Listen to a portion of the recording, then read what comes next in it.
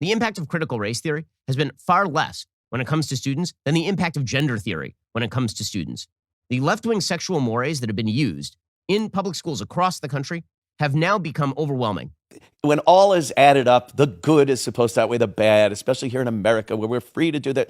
All the stuff that we believed in for generations just came apart at the seams in the past few years.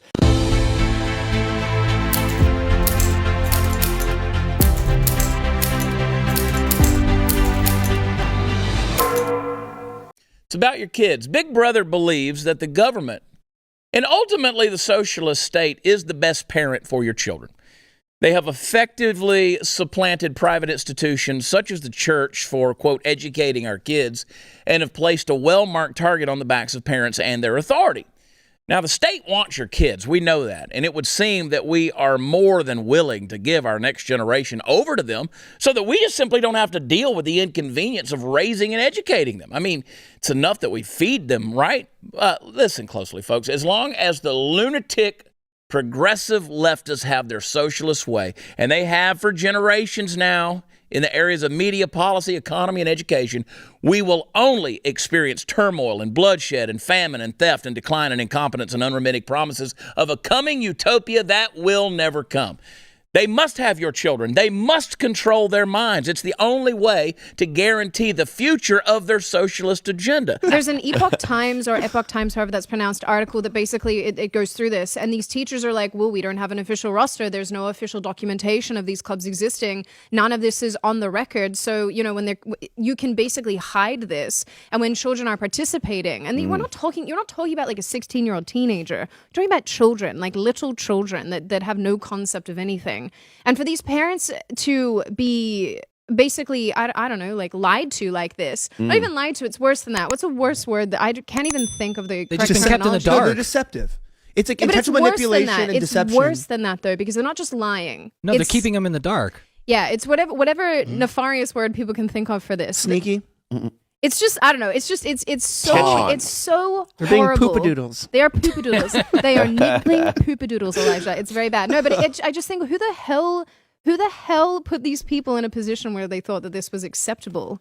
You know, there's actually several states out there have introduced legislation to create checks and balances for the kind of conversation that teachers can have with elementary school students. We have Arizona, Indiana. They proposed that teachers have to get permission from their parents before they can have these sexual orientation conversations. But as you heard, the left is losing their mind over this, trying to take the parent completely out of these conversations. I mean, that is concerning. Of course it is, yeah. And you said the right word, elementary school kids. I mean, these are elementary school kids that are being exposed to incredibly graphic and inappropriate topics.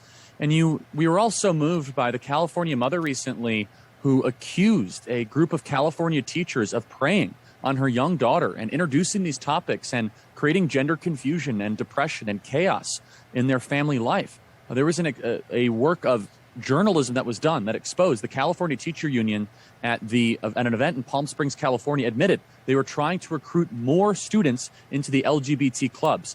So the White House immediately jumped into this culture war battle because the White House is a left-wing cultural institution, at least this White House is. And they've decided to polarize America along wild political lines, particularly when it comes to sexual mores. I mean, that is what the Democratic Party thinks about sexual mores, is that all of America is represented by the left-wing view of proper sexual behavior and moral sexual behavior. So here's Jen Psaki from the White House ripping into the Florida bill. And today, conservative politicians in Florida rejected those basic values by advancing legislation that is designed to target and attack the kids who need the support the most. Okay, does this legalize bullying and violence against gay kids? No, of course that's not what the bill does. That's illegal. Okay, when it comes to violence against anybody in school, that is illegal. When it comes to bullying, there's not a school in America that should be standing up on behalf of bullies. Okay, but that's not what they want. What they want is teachers and administrators to be able to indoctrinate your kids in these values. I had suddenly become the most prominent, influential, celebrated, and revered LGBT voice in the world, and possibly in all of history. I didn't expect to be put in that position, but I was ready to fulfill the responsibilities of that office faithfully. I had big plans for the LGBT movement, of which I was now the sole and unquestioned leader. Yes, it's true that I am heterosexual, but there's no reason why that should exclude me from holding this title. I am a straight LGBT author and leader and walrus awareness advocate. These are all parts of my complex and intersectional identity. I am an enigma, even to myself. My identity is a vast mosaic of different elements and pieces, all adding up to one beautiful yet complicated whole. And from these mysterious depths sprang forth the work of tortured genius, known as Johnny the Walrus. Does all this sound extremely narcissistic and nonsensical? Perhaps.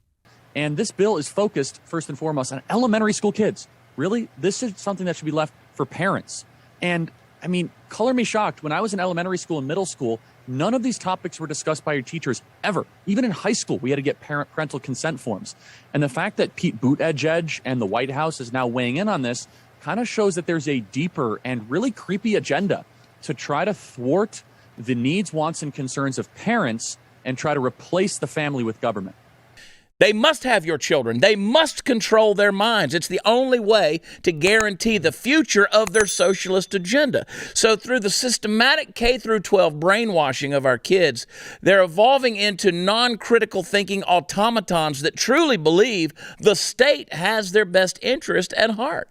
And we've got to learn from history, folks. When the Bolsheviks seized power in Russia in October 1917, Anatoly Lunacharsky was made Soviet Commissar for Education and the Arts, a post he would maintain until 1929. And while he and Lenin, and later on Stalin, didn't agree on all the finer points of their communist doctrines, they did agree on a few basics, such as there was no God, there was no such thing as a soul, there was no afterlife, and the supreme responsibility of the state was to make good communists. So in his view, the only way to make good communists was for the state to usurp the role of the parents.